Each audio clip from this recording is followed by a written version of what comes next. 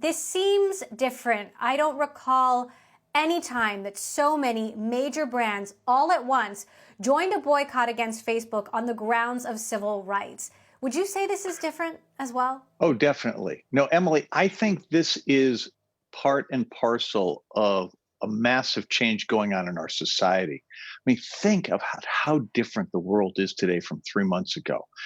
First we have the pandemic, then we have the economic decline that came with it.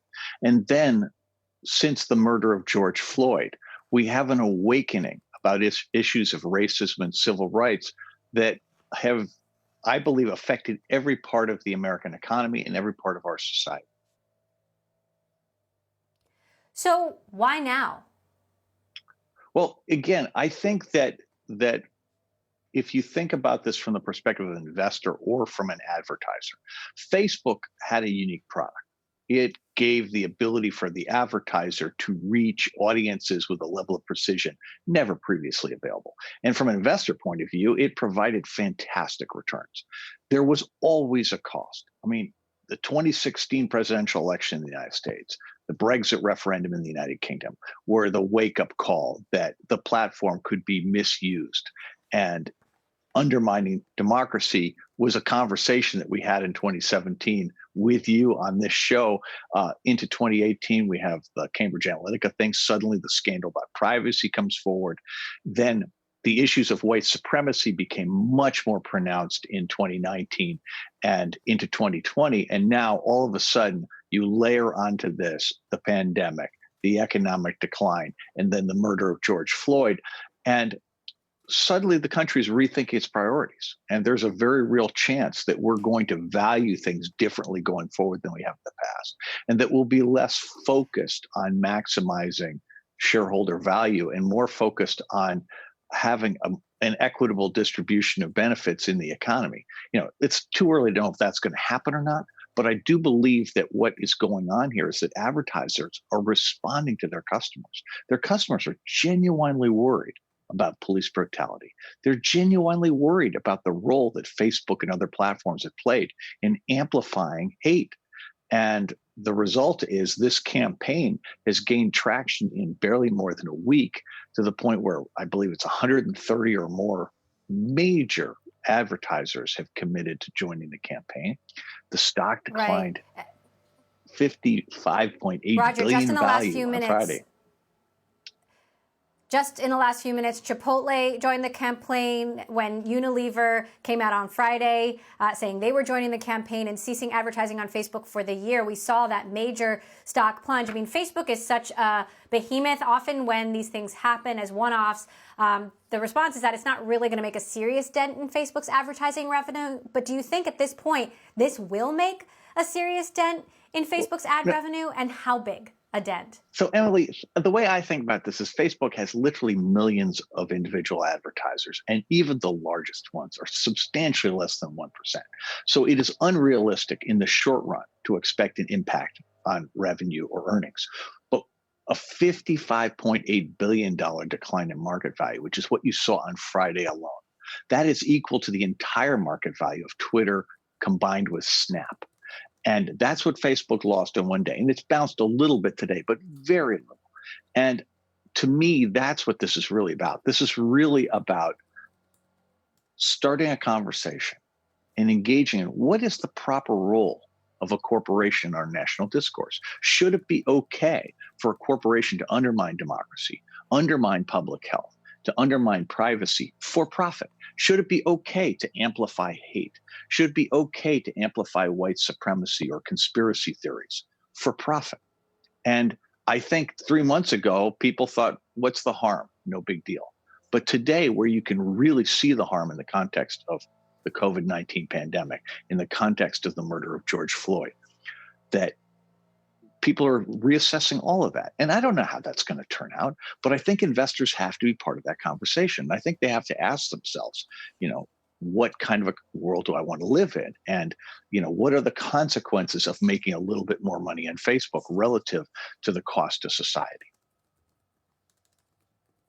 Now, on that note, we did speak with Nick Clegg, the Vice President of Global Affairs, earlier on Bloomberg Television.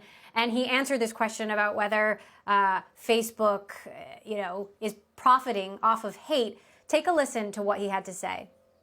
Oh, let me be absolutely clear. We do not profit from hate. We have no incentive to have hate on our platform. We don't like it. Crucially, our users don't like it. Users, we know this from the surveys that we conduct with users. They don't like to see hateful, inflammatory content on their news feed. And of course, advertisers, they've made quite clear, don't like it either. It's not a question of whether one is for or against hate. Everybody is against hate. It is, what do you do about it? Now, on top of that, Roger, you had Mark Zuckerberg on Friday announcing new initiatives at Facebook to funnel people to their voter information center. He also broadened the definition of what counts as hate in advertising. What do you make of Facebook's response here, whether it's Nick Clegg or Mark Zuckerberg? Well, let me take Nick Clegg first. What he said is patently ridiculous. Here's the issue. He said in a conversation on Friday or over the weekend that Facebook represents the whole world, that it doesn't represent hate more than anything else. And it is true that the audience of Facebook, the users, are a cross-section of the whole population. But the business model of Facebook is about grabbing and manipulating our attention. And in order to do that, the most powerful tool they have is to provoke our emotions, so that algorithms will naturally amplify anything that provokes our emotions. So it turns out that hate speech, disinformation, and conspiracy theories are three of the most valuable types of content in Facebook's business model. And on top of that, they have a recommendation engine that encourages people to join Facebook groups on various topics. And their own studies have shown that 64% of the joins, 64% of the time that people join an extremist network, they do it because of a recommendation made by Facebook. So the Nick Clegg thing is just silly. We should not treat that as a serious response. And when Mark is talking about elections, he's trying to change the subject. And it is not at all obvious to me that Facebook can be a constructive force here. There's no question that they can manipulate people's emotions, but I think we have to question their judgment.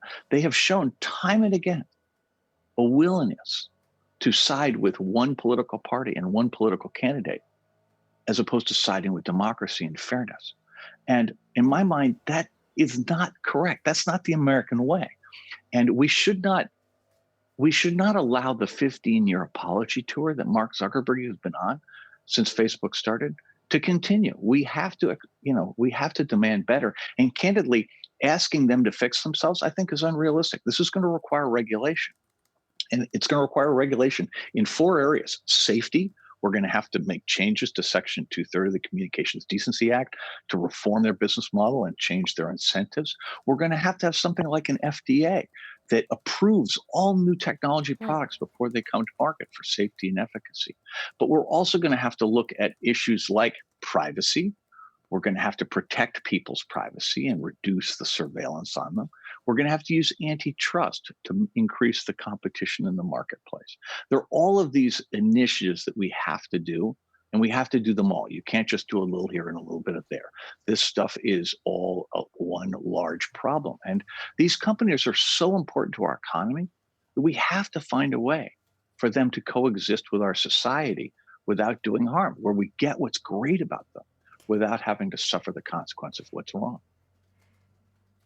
So speaking of other major companies, I mean, there are a number of large companies that haven't said that they are going to pull their ads from Facebook. As I understand, Walmart is one of them. Procter & Gamble and GM have said they're reviewing it, but haven't taken a stand yet. Either way, if these companies don't take a stand, does that mean they stand for hate? Does that impact their brands? Absolutely. No, I think that this is a moment in time when, the United States of America is reassessing its values. And the corporations that are listening to their customers have joined this campaign. And I think we have to give people time. This has happened very, very rapidly. And the skills that served executives so well for the last 40 years are suddenly not very helpful. And, from my perspective, if Procter and Gamble and General Motors and others need a little bit more time, if they need to have conversations, that's fine. But we do need to come together. And I think there's a great opportunity for everyone watching this show to go to stophateforprofit.org, stophateforprofit.org, and sign up and express your point of view on this thing. And let's give the message to marketers that hate for profit is not, that's not suitable in the United States in 2020 any longer. And we can do better. And candidly, Facebook can be the great company it can be without amplifying hate, without amplifying disinformation and conspiracy theories. There's just no place for that anymore. Meantime, Roger, we're hearing from our sources that Facebook is planning a roundtable with advertisers tomorrow. Do you think at this point that this is a moment where we could see Zuck dramatically change his stance or reverse his stance, or now that he's made this decision and taken this particular stand? I mean, Emily, I would hope that that is true, but for 15 years, Facebook has apologized, promised to do better, and then gone back to business as usual. And I think the burden of proof is on them to demonstrate that this is different. I don't believe words matter. The underlying issue here relates to the business model, to the amplification of hate, disinformation, and conspiracy theories. And until they make the changes in the algorithms to prevent that stuff from spreading, from being amplified, it's just talk. And, until they get rid of the recommendation engines that drive people towards extremism, it's just talk. And, at this point, we can't take them seriously because, they believe that we'll get bored and move on and we'll forget this issue and they can go back to doing what they've always done. That has worked incredibly well for them for 15 years. It's our job to make sure that this time it ends.